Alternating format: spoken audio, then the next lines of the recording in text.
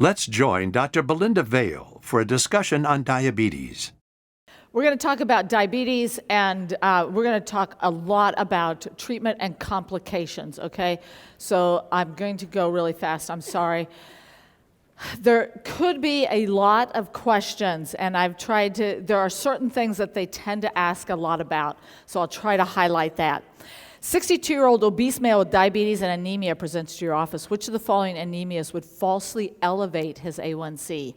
Hemolytic anemia, sickle cell anemia, iron deficiency anemia, or acute blood loss? Good. I'm surprised. This is kind of a hard question, and you guys did well to get that many of you to get it's iron deficiency anemia is the correct answer here. And this is one of the reasons I alluded to the problem with hemoglobin A1C. So the things that falsely elevate your A1C, hypertriglyceridemia, hyperbilirubinemia, splenectomy, renal failure, iron deficiency anemia, aplastic anemia. That's because you're actually trying to make more hemoglobin and trying to make more red blood cells. So even though you're not doing it efficiently, you're trying to make more, so you're going to stick more A1C, more glucose onto the hemoglobin when you do that. The things that falsely lower it, HIV meds, liver disease, blood loss, hemolytic anemia, hemoglobin variant, so anything where you actually just have less hemoglobin, less ability to make it. Having the fasting blood sugar of 126 or greater is kind of still the gold standard, and it's easy to do as long as they're fasting. It's very accurate, although you need to do 2 different levels, okay? So they asked that question over and over. It was on the in-training exam yet again this year. Other things you can use are random glucose, but you have to have the signs and symptoms of it, or you can do GTT with a 75-gram load, and 200 is your number there. Know the difference between type 1 and type 2 diabetes. I know it seems pretty fundamental.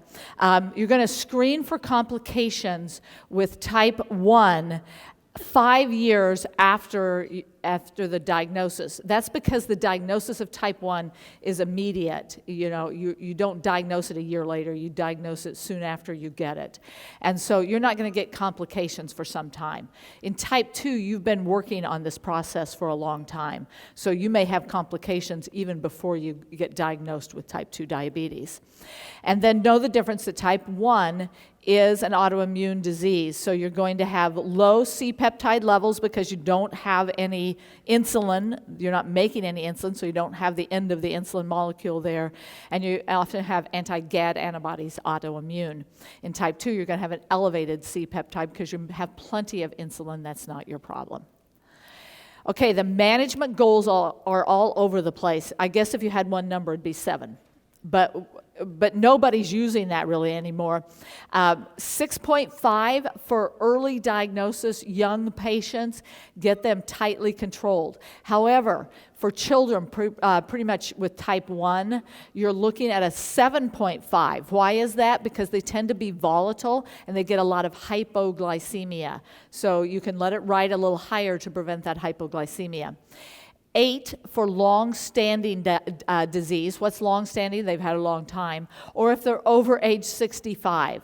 So your older patients who are not going to benefit so much from keeping the complication rate down. And if they have short life expectancy, if they're in a nursing home, just keep it somewhat controlled. So 8.5 is fine there, and that's what the geriatricians recommend. Okay, a couple of other things. Blood sugar pre-meal 80 to 130, blood pressure less than 140 over 90. That's what the JNC8 says, so that's what I would use for right now. The lower, the better. And in general, we want to limit hypoglycemia to the best of our ability.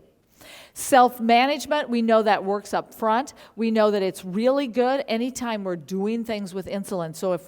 So if we put patients on insulin, if we're changing regimens, if they're on a sulfonylurea, if they're sick, anytime that their sugars may be out of whack, then we want them to self-monitor. But you know those patients that bring in sheets and sheets, pages, and you look through them, you go, oh, that looks really good. Keep it doing what you're doing. they really don't need to monitor that much. And the benefit of monitoring disappears after about a year, especially if they're well controlled. I have some patients who have A1Cs commonly between 6 and 6.5, and they don't monitor at all. So they just don't need to because they're well controlled. All right, here we go. All of these. Do know I've italicized the ends of the words because if you know the ends of the words, you can tell what in most cases, what category it belongs to, okay? We're going to go through all of these. Which of the following medications affects B12 levels necessitating monitoring? Metformin, acarbose, glyburide, repaglinide, or sitagliptin?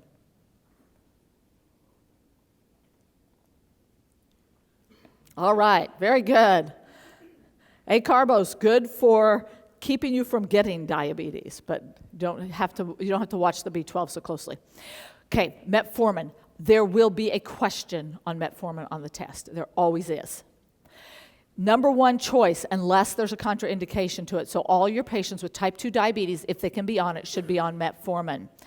It decreases glucose production in the liver, gluconeogenesis, but it's also an insulin sensitizer. So it works in both ways, primarily at the liver, but also an insulin sensitizer. You do not get weight gain or hypoglycemia with it, so it's very good. It improves cardiovascular outcomes. It has the most data for that. It was, for a while, the only one with any data. So if they ask which one has the data, it's metformin. It decreases mortality. Look at all those stars. That means these have been questions over and over and over again.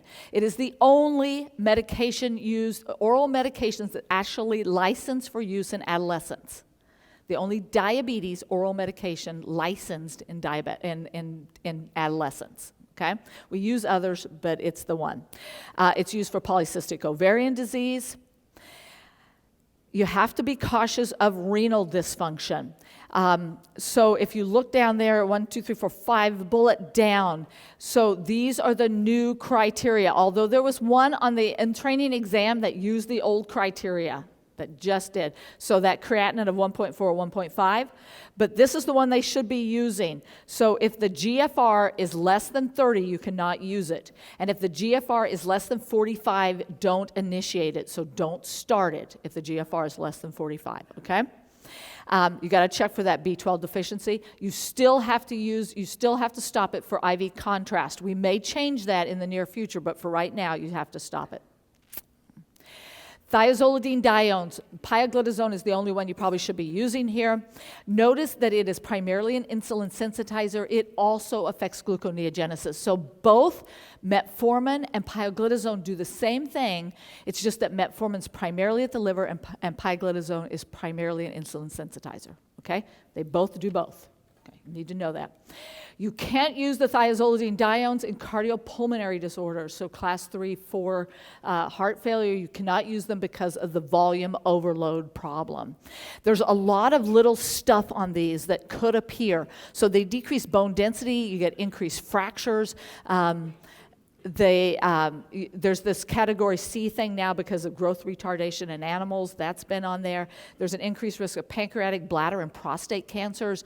Those are all like really small increases of risk, but they do exist. So any of those things could appear as questions. 55-year-old with a newly diagnosed diabetes and hypertension, chronic renal failure, and a creatinine of 2.4. So which medication should you start? Which is going to be your best choice here? Acarbose, glyburide, sitagliptin, or glipizide?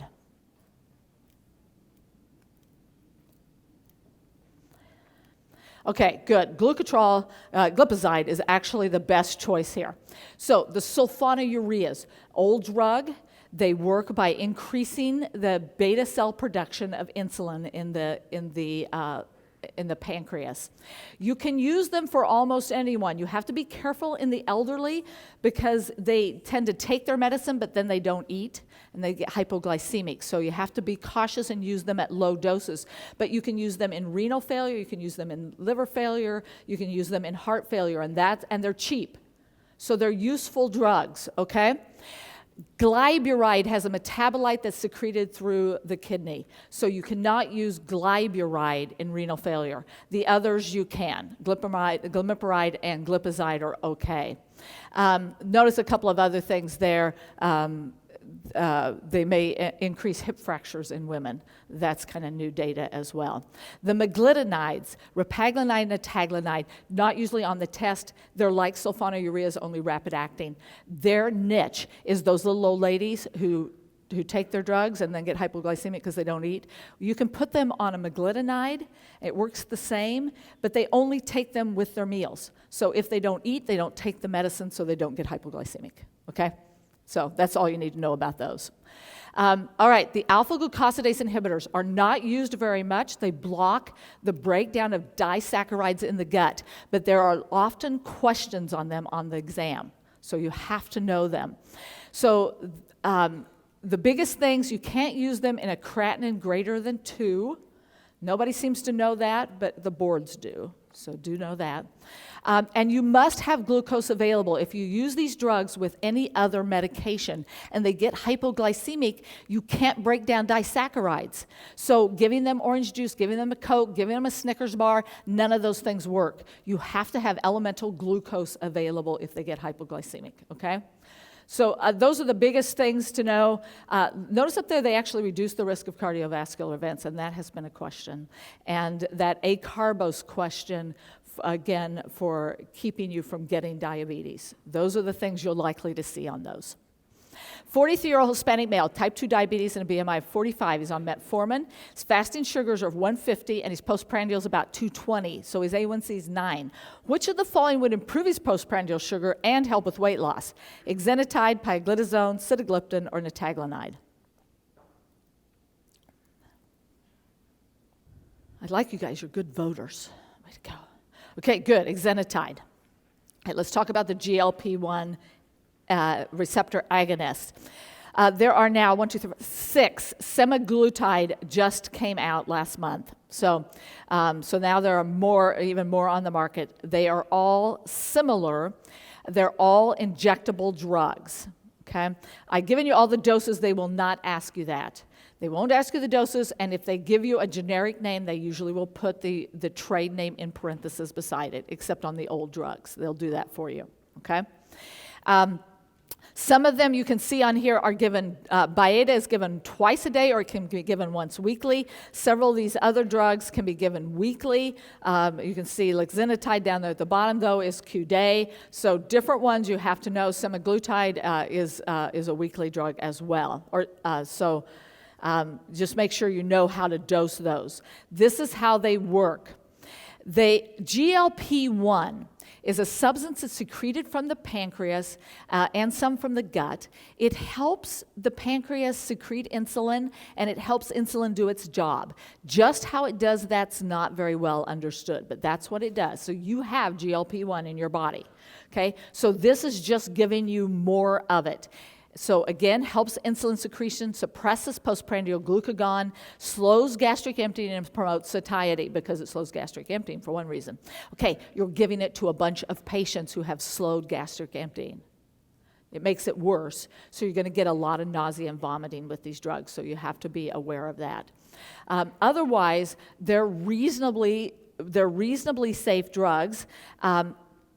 Any of the drugs that work on the pancreas, these and the gliptins I'm going to talk about, both of those can cause pancreatitis. The thing you have to know here is that thyroid C-cell tumor risk. So patients with thyroid cancers cannot be on these drugs. Okay? And that was a question on the in-training exam. Liraglutide is the worst one here.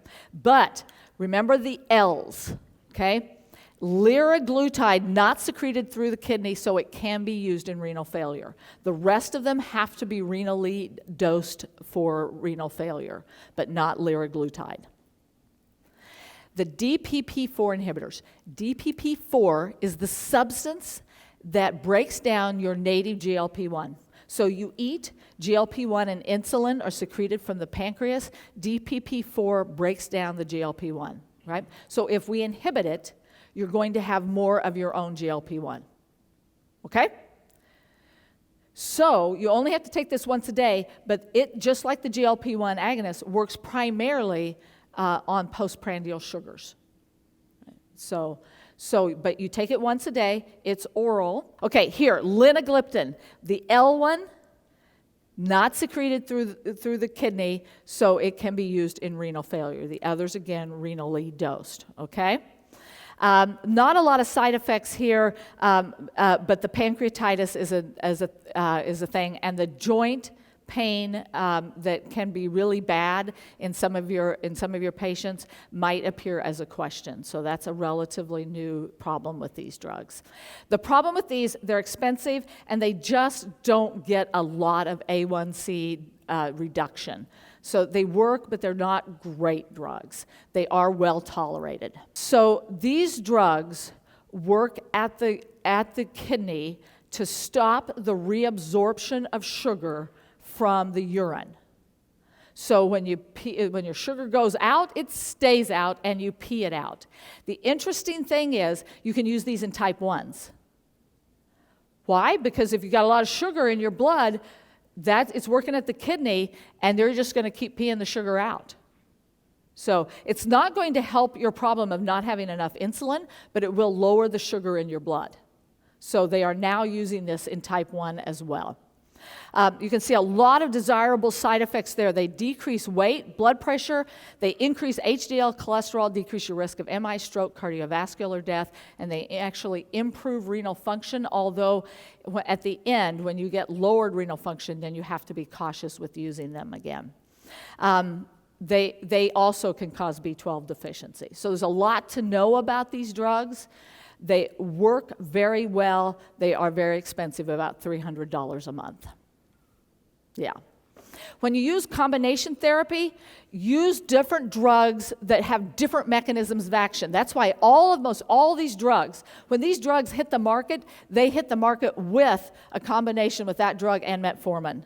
So metformin is combined with almost all these drugs. There's a list at the very end of your slides that's not even up to date because I can't keep it there. The drugs come out faster than I can update it. But it gives you an idea of the combinations that you can use there.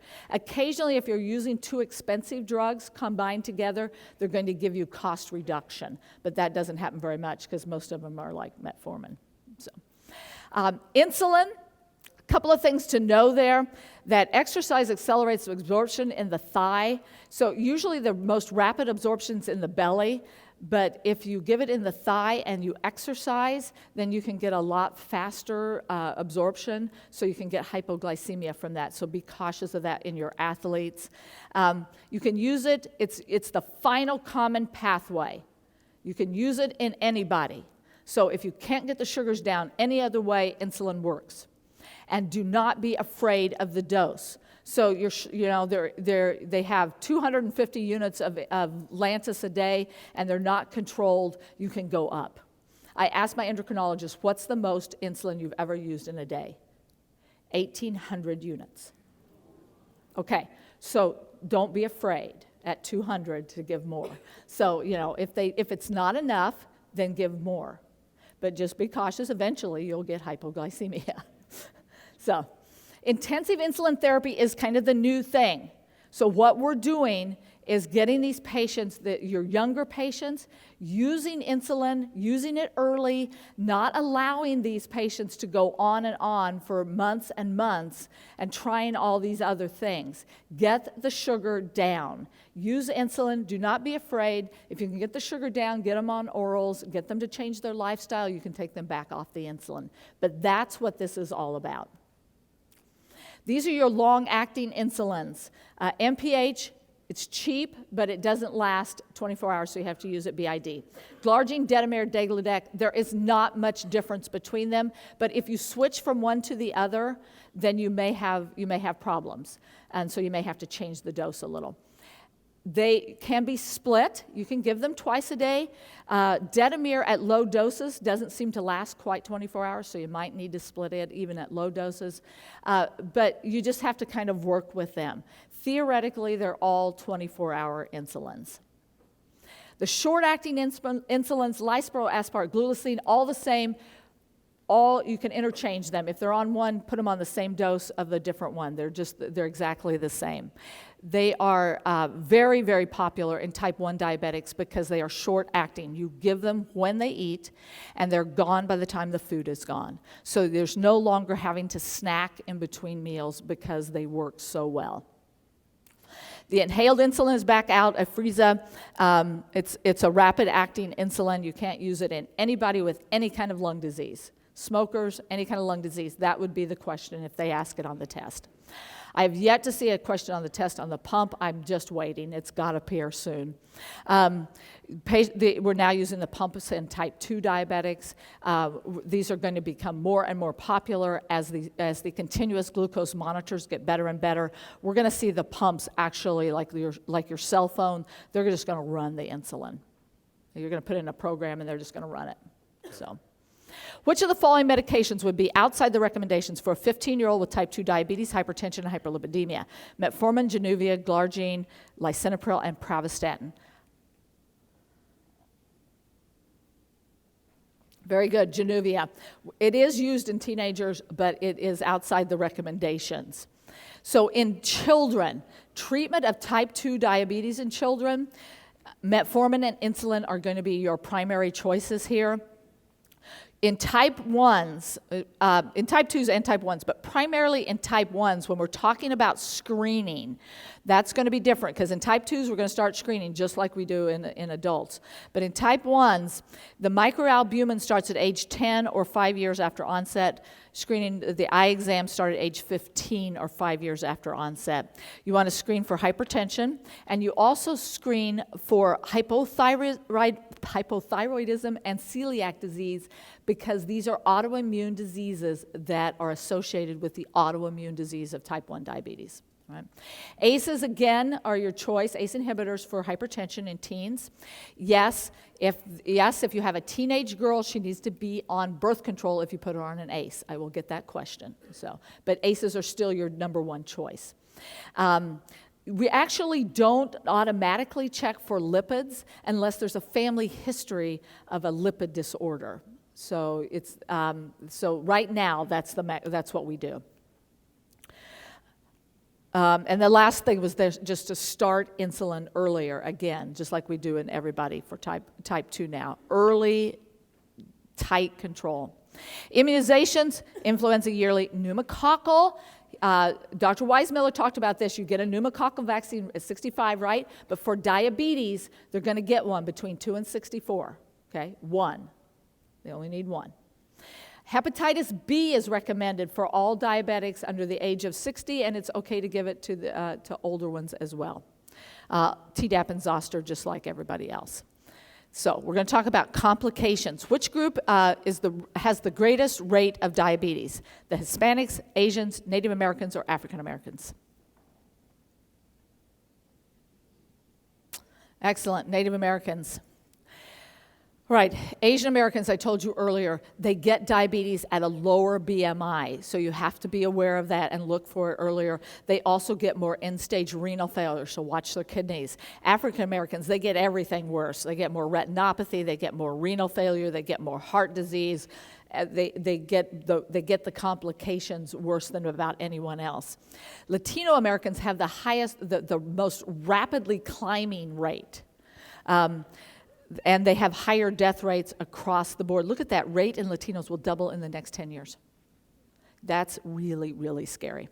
Native Americans right now have the highest rate at 15.9. It's very high in southern Arizona, in the Pima Indians, very high rates of diabetes there. We're going to screen for other complications, blood pressure at every visit, lipids generally yearly. Screen for hypothyroidism. There's not really a number of how often should we screen for that. Screen a little bit more frequently as they get older. Some organizations say every 2 to 3 years, but just be aware of it. Screen for tobacco use and depression. Expect depression as a question. That is a big deal. They want you to screen for depression in diabetics. So I would expect it as a question. And again, type 1, hypothyroidism, celiac. Dilated eye exam every year. This is now changed for people who do not have retinopathy. You can do it every 2 years. that urine microalbumin creatinine ratio. If they're on an ACE, it's actually not required, but most people are still screening for it yearly, and most of your organizations that look at your quality require you to do it. So you're kind of stuck. It can be helpful if their microalbumin starts to rise. Sometimes adjusting their ACE will fix that problem, or talking to them about their lifestyle, and sometimes you can actually fix the problem. Okay, foot screening, very important. That's done every year. Monofilament, pulses, and vibratory. All of those things are now required in the foot exam, and then you need to look at the feet every time they come in, but you don't have to do the whole exam. Make sure you're asking about autonomic neuropathies, very important. Gastroparesis is the best test. There's a gastric emptying time. Screening for cardiac disease, we don't really know when to start doing this, but if they have microalbuminuria, they almost always have cardiac disease. So just for your own practice, that's a good time to start. Glycemic control is your primary prevention here. Blood pressure control, smoking cessation, and correction of your dyslipidemia, healthy diet and lifestyle. Okay, here are your aspirin recommendations. This is from the USPSTF. I know it's really complicated, and I'm sorry. You might want to read it again right before the test. So, low-dose aspirin is reasonable in adults with diabetes and no history of vascular disease. If they already have vascular disease, they're probably already on aspirin, okay? So this is those people who don't have a history, but they have a 10-year risk greater than 10%, and they don't have an increased risk of bleeding. And it's for males greater than 50 and females greater than 60 who have an additional risk factor, which they almost all do. All right? Sorry that was complicated. Secondary prevention, you're using usually aspirin or clopidogrel together. 19-year-old male with ketoacidosis, potassium 6.8, pH 7.12. When can you stop the insulin drip? When the pH reaches 7.35, when the potassium is less than 5, when the glucose is less than 250, or when the anion gap normalizes. Very good. It's when the anion gap normalizes. Okay, if they're going to ask about ketoacidosis, anion gap's greater than 10, glucose greater than 250, pH less than 7.3, bicarb less than 18. This is the treatment. It's fluids. Normal saline, they are severely dehydrated, so lots of normal saline until you replace their deficit. The insulin drip must be continued until their acidemia is gone, until there are no more ketones. And when their sugar gets low, gets down to about 250, add sugar so they don't get too low. When the potassium gets close to 5, add potassium so they don't get too low. There's not a specific number. Okay, hyperosmolar hyperglycemic state is the same thing. It's just without the ketones. So it's in type 2 diabetics. You're going to treat them the same way. They just don't need as close monitoring. If they have altered mental status, it will resolve as the glucose resolves. For microvascular complications, it's all the same. Glycemic control, blood pressure control, lipid control, and smoking cessation. For retinopathy, now these new monoclonal antibodies can be injected into the eye and actually work pretty well, but we're not doing anything different. This is for the ophthalmologist. Neuropathy, please know this. I expect a question on this. We treat for symptom relief. The drugs of choice are pregabalin and duloxetine, amitriptyline, and nortriptyline. Those are your drugs of choice. Pregabalin and duloxetine are FDA approved for that, so they're going to be your first choice. Nephropathy, avoid NSAIDs, manage that blood sugar and blood pressure. Don't use ACEs and ARBs together. That is sometimes a question. And then when you have a well-controlled diabetic, or even a poorly controlled diabetic, and all of a sudden they get hypoglycemic, think renal failure, because the drugs are staying around longer. All right, last thing, 57-year-old with diabetic foot ulcer. What's the best indicator of its ability to heal? The size of the ulcer, their pulse, signs of infection, blood sugar, or blood pressure. Very good, patient's pulse. It's not the blood sugar. So here's everything you need to know about the foot. The best test is a monofilament. If they have osteo, best test is an MRI. That's what they're going to ask on the test. Best indicator for successful healing is an intact blood supply, so pulses. If you can't find the pulses, you need some type of ankle brachial index. When you treat it, make sure you're covering MRSA. You can see it's usually strep, but it's all kinds of things. And to be honest, culturing doesn't even usually help you because everything's in there. If it's severe, your drug here is piperacillin tazobactam with Vanc to cover the MRSA. Okay, these are all things that are at increased risk in diabetics. Those cancers, hearing impairment, sleep apnea, periodontal disease, depression, cognitive impairment, fractures, Dupuytren's, frozen shoulder, necrobiosis lipoidica, diabeticorum, I just wanted to say that, fatty liver, skin tags, retinal vein occlusions, necrotizing soft tissue infections, paranephric abscesses, and trigger finger. So all of those things have been test questions as more common in diabetics, so just look over those and make sure you're aware of them. They never ask hard questions, just which one's in diabetics. Okay? That's diabetes. Thank you very much for tolerating that long talk.